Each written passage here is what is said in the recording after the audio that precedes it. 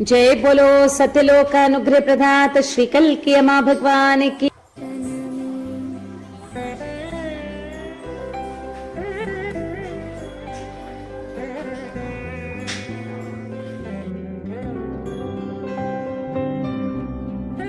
I am Vincenza Ciani from Italy, and I am a member of the 81,000 Diksha Yagna.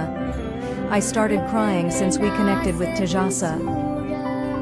The moment I showed the medical report, I asked Sri Bhagavan the reason why my life had been full of suffering. And he told me that it is life and there are no answers, and that is why I am doing this path.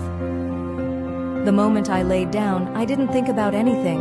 I had no expectation, in order not to get disappointed. But the church steeple began to ring, and I was engulfed by a light that felt like fire. I felt myself being lifted up. And at that moment my mantra started, "Thank you, Sri Bhagavan," for the whole time. At the end of the process, I was left with just this extraordinary experience. Early this morning I woke up and realized that it is as if I'm living in my body, as in an empty house. I only hear my own thoughts. There is no one living in me anymore. Gratitude to the great compassionate light, Sri Amma Bhagavan.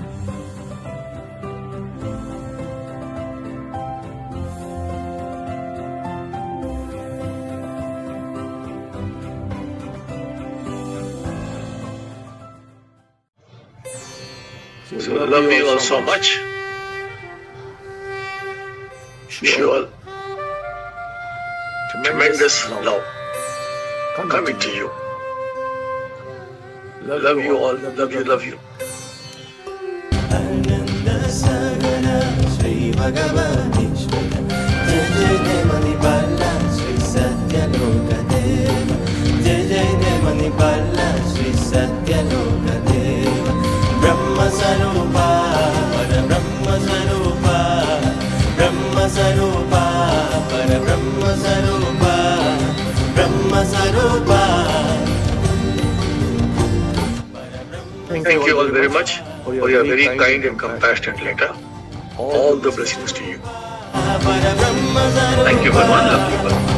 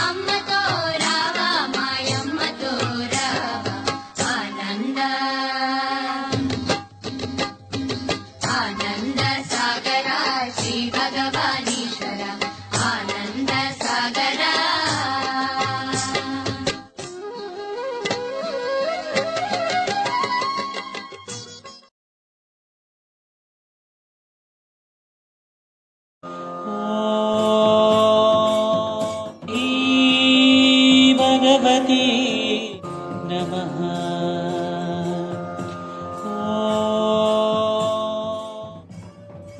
శరీరం మీ ముక్తి పథంలో సహాయపడగలిగే ఒక అద్భుత పరికరం.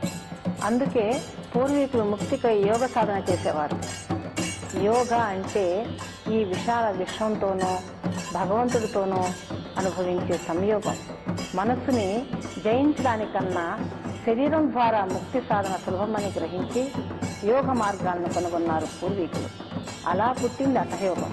వాస్తవానికి శరీరం యొక్క నాడీ వ్యవస్థ మీరు ముక్తి స్థితిని అనుభవించడానికై నిర్మించబడింది. మనిషి యొక్క సహజ స్థితి ముక్తి స్థితి. కానీ నేడు ఆలోచనల భారం వల్ల వాస్తవాన్ని ఉన్నది ఉన్నట్లుగా అనుభవించలేకపోతున్నారు. మీ అనుభవాన్ని కూడా అవయవాలు పూర్తిగా ఆస్వాదించలేకపోతున్నాయి. మీరు గమనించి చూస్తే కళ్ళు ఎదుటనున్న వాస్తవాన్ని చూస్తున్నాయా? మీ అభిప్రాయాలు నమ్మకాలే మీ దృష్టిని కమ్మేస్తున్నాయి. చెవులు నిజంగా వింటున్నాయా? ప్రదస్తమానం మీ ఆలోచనల రణరంగాన్ని వింటున్నారు తప్ప ఆరు బయట కురిసే వర్షపు జల్లులనైనా, కప్పలు బెకబెకలనైనా, పసిపిల్లల కేరంతలాన్నైనా వినే సమయం ఎక్కడిది? అలాగే గతంలోకి భవిష్యత్తులోకి పయనించే మీ మనస్సుకి స్పర్శ యొక్క అనుభూతి ఎక్కడిది? మనస్సు యొక్క ఆధీనంలో శరీరం ఉన్నంత వరకు ఆనందాన్ని చవిచూసే ఆస్కారం లేదు. అందుకే పూర్వీకులు యోగ సాధనను పాటించేవారు. జ్ఞానోదయము లేక ముక్తి కలిగిన తరువాత ప్రతి అవయవము పరిపూర్ణంగానే పనిచేస్తుంది.